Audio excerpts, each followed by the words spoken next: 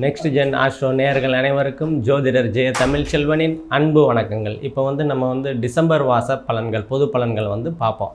December மாதத்தில் சூரியன் விருச்சகத்தில் 15 நாளும் தனுசில் ஒரு 15 நாளும் இருப்பார். அதே மாதிரி செவ்வாய் கடகத்தில் நீச்ச நிலையில் ஜூன் 7ஆம் தேதி வரைக்கும் கடகத்தில் தான் செவ்வாய் இருப்பார். அதே மாதிரி புதன் விருச்சகத்தில் வக்கரமாக 30 நாள் அங்கே தான் இருப்பார். வக்கரமாவார், திரும்ப நிவர்த்தி ஆவார். அந்த மாதிரி இதில் தான் விருச்சகத்தில் புதன் பகவான் இருப்பார்.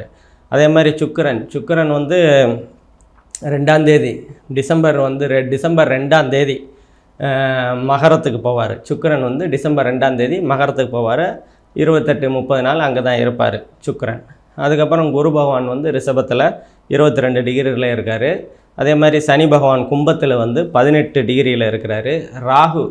ராகு பகவான் மீனத்தில் 9 டிகிரிலையும், கேது பகவான் கன்னியில் 9 டிகிரிலையும் இருக்கிறாங்க. இதுதான் சஞ்சார நிலை. அதாவது இந்த மாதம் கிரக அமைப்புகள் இதுதான். இது இப்போ நம்ம சொல்கிறது பொது பலன் தான். இது 20-25% தான் உண்மையாக இருக்கும். அதாவது உண்மையாக இருக்குன்னா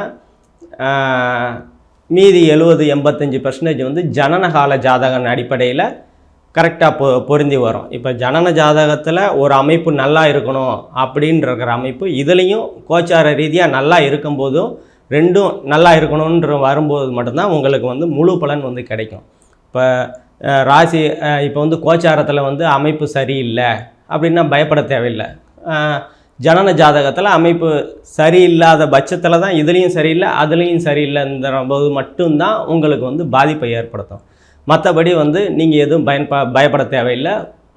ஜனனகால ஜாதகம் தான் 80% முதல் 90% ஜனன ஜாதகம் தான் பேசும். இப்போ நம்மக்கிட்ட உண்மைத்தன்மைகள் இருக்கிறதுனால எல்லாருமே நம்மக்கிட்ட வரீங்க. நான் ஒரு நாளைக்கு 10 பேருக்கு மட்டும்தான் பலன் சொல்கிறதுக்கு என்னால் முடியுது. அதனால் தவறாக நினச்சிக்காதீங்க.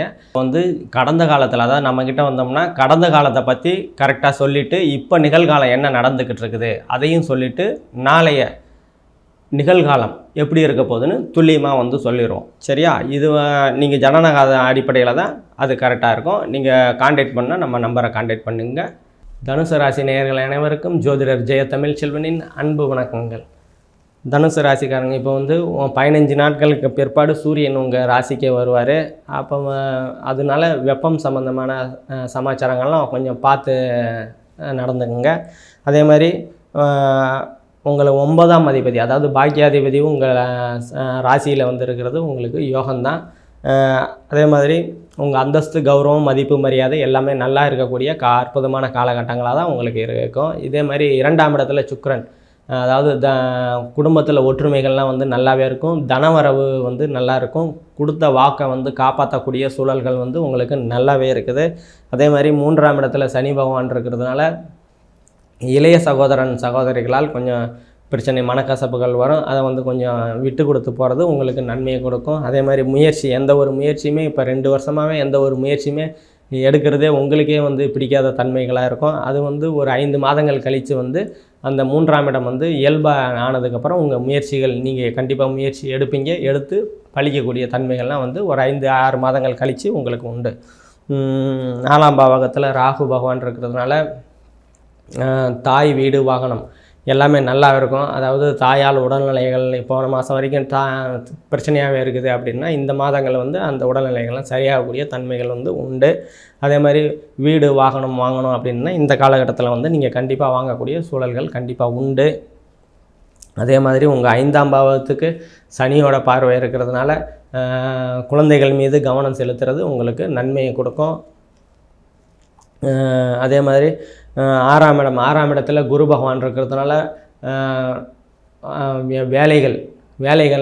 வேலைகள் இருந்து வந்த பிரச்சனைகள்லாம் சரியாகக்கூடிய ஒரு தன்மைகள்லாம் உண்டு. 6ஆம் இடம் இப்போ கடன், அதாவது சுபக்கடன் ஏன்னா 6ஆம் இடம் நோய், கடன் எதிரின்னு சொல்லுவோம். சுபக்கடன் வாங்க வேண்டிய சூழல்கள்லாம் இருக்கும். அதான் சொல்கிறேன்னா வீடு கட்டணும், வாகனம் கட்டணும், வாகனம் வாங்கணும் அப்படின்ற மாதிரி இருக்கிறோம்னா சுபக்கடன் உருவாகக்கூடிய சூழல்கள்லாம் இருக்கும். அதே மாதிரி 7ஆம் இடம் இயல்பாக இருக்கிறதுனால கணவன் மனைவிக்கிடையே இருந்து வந்த பிரச்சனைகள்லாம் இந்த மாதங்கள் சரியாகக்கூடிய தன்மைகள் உண்டு. அதே மாதிரி நண்பர்கள் மூலியமாக அனுகூலங்கள், ஆதாயங்கள், கூட்டு தொழில் பண்ணிக்கிட்டு இருக்கிறவங்க அவங்களுக்கு ஆதாயங்கள் அனுகூலங்கள்லாம் கண்டிப்பாக இந்த மாதங்கள் உண்டு. அதே மாதிரி 8ஆம் இடம், 8ஆம் இடத்துல வந்து செவ்வாய் இருக்குது, தடைகள் ஏற்படுத்திக்கிட்டு இருப்பார். இருந்தாலும் சுக்கிரன் வந்து உங்கள் 8ஆம் இடத்தை 2ஆம் இடத்துலேருந்து 8ஆம் இடத்தை பார்க்குறதுனால அந்த தடைகள் தாமதங்கள்லாம் விலகும். ஏன்னா திருமணங்கள் வரன்கள் பார்த்துட்ருக்கீங்க, ரொம்ப நாள் அமையலை அப்படின்ற தனுசு ராசிக்காரங்களாம் இந்த காலகட்டத்தில் கண்டிப்பாக வந்து அந்த தடைகள்லாம் நீங்கி வரன்கள் வந்து சீக்கிரமாக அமையக்கூடிய வாய்ப்புகள்லாம் உங்களுக்கு உண்டு. அதே மாதிரி 9ஆம் இடத்துக்கு வந்து சனியோட பார்வை இருக்கிறதுனால தந்தைக்கும் உங்களுக்கும் உண்டான ஒரு அமைப்புகள் வந்து சரியாக இருக்காது. கொஞ்சம் தந்தைக்கிட்ட விட்டு கொடுத்து போகிறது உங்களுக்கு வந்து ரொம்ப நன்மையை கொடுக்கும். அதே மாதிரி தந்தை சொந்த பந்தத்தை கொஞ்சம் அனுசரித்து போகிறது உங்களுக்கு ரொம்ப நன்மையை கொடுக்கும். அதே மாதிரி 10ஆம் இடம் வந்து கேது பகவான் இருக்கிறார், குருவோட பார்வை இருக்கிறதுனால தொழில் ஸ்தானம், தொழில்கள்லாம் வந்து நல்லாவே போகும். தொழில்கள் நல்லா போகும். தான தர்மங்கள் வந்து நீங்கள் வந்து நல்லா பண்ணக்கூடிய அமைப்புகள்லாம் வந்து இந்த காலகட்டத்தில் உங்களுக்கு நல்லாவே இருக்குது. 11ஆம் இடத்துக்கு வந்து செவ்வாயோட பார்வை இருக்கிறதுனால, ஏன்னா சுக்கிரனோட பார்வையை வாங்கின செவ்வாய் பார்வையினால ஓகே, ஓரளவு ஒன்று அந்தளவுக்கு வந்து தொந்தரவுகள் இருக்காது. லாபஸ்தானம் மூத்த சகோதரம் இளைய மனைவின்னு சொல்லுவோம், சரியா? மூத்த சகோதரனால் அனுகூலங்கள். போன மாதம் வரைக்கும் அண்ணன் அக்காள்கிட்ட சண்டை போட்டிருந்தீங்கன்னா இந்த வந்து இந்த மாதங்கள் வந்து அது சரியாகக்கூடிய தன்மைகள்லாம் வந்து உங்களுக்கு நல்லாவே இருக்குது. அதே மாதிரி மறுமணம், 2வது திருமணத்திற்கு ரொம்ப நாளாக வந்து வரன் தேடிக்கிட்டு இருக்கிறவங்கலாம் இந்த மாதங்களில் வந்து கண்டிப்பாக வந்து மறுமணம் ஆகக்கூடிய வாய்ப்புகள்லாம் வந்து உங்களுக்கு உண்டு. அதே மாதிரி 12ஆம் இடத்துக்கு வந்து புதன் பகவான் இருக்கிறாரு, சனியோட பார்வை இருக்குது, குருவோட பார்வை இருக்கிறதுனால வெளிநாடு போகணும் அப்படின்னு நினச்சிக்கிட்டு இருக்கிறவங்களாம் கொஞ்சம் தடைபட்டு போகக்கூடிய அமைப்புகள்லாம் உண்டு. அதே மாதிரி ஓடிக்கொண்டே இருக்கிறது, ஏற்றுமதி இறக்குமதி தொழில் பண்ணிக்கிட்டு இருக்கிறவங்க அவங்களுக்கெல்லாம் வந்து இந்த காலகட்டத்தில் வந்து நல்லாவே இருக்கும், அந்தளவுக்கு பாதிப்புகள் இருக்காது.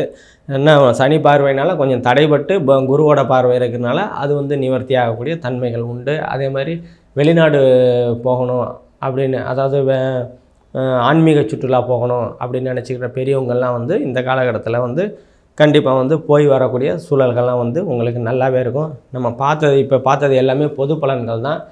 துல்லியமான பலன்கள் வேணால் நம்ம நம்பருக்கும் கீழே கான்டாக்ட் பண்ணிக்கோங்க. நன்றி, வணக்கம்.